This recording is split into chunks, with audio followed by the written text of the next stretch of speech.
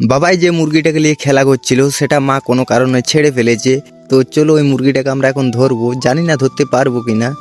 দৌড়ে চলে এসেছে গাইস, এই দেখো দেখতেই পাচ্ছ মুরগিটা এখানে। তো চলো ওইকে ফাঁকা দিকে নিয়ে যাই, তারপরে মারবো। তো মুরগিটাকে মারার জন্য আমি প্রথমে একটা ইট কুড়িয়ে নিলাম।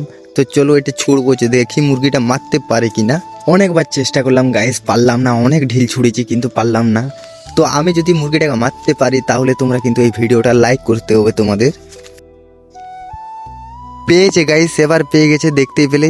চলো এবার আমরা মুরগিটা ধরি। তো অনেকক্ষণ চেষ্টা করার পর আমরা মুরগিটা ধরতে পেরেছি। দেখতে পেলে কতটা আমরা কষ্ট করলাম।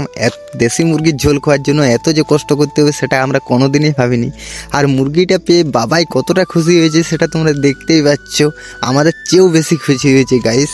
তো চলো এখন বাড়ির দিকে যাওয়া যায়। তো কারা কারা দেশি মুরগির ঝোল খেতে ভালোবাসো তারা কিন্তু কমেন্ট করে জানিও।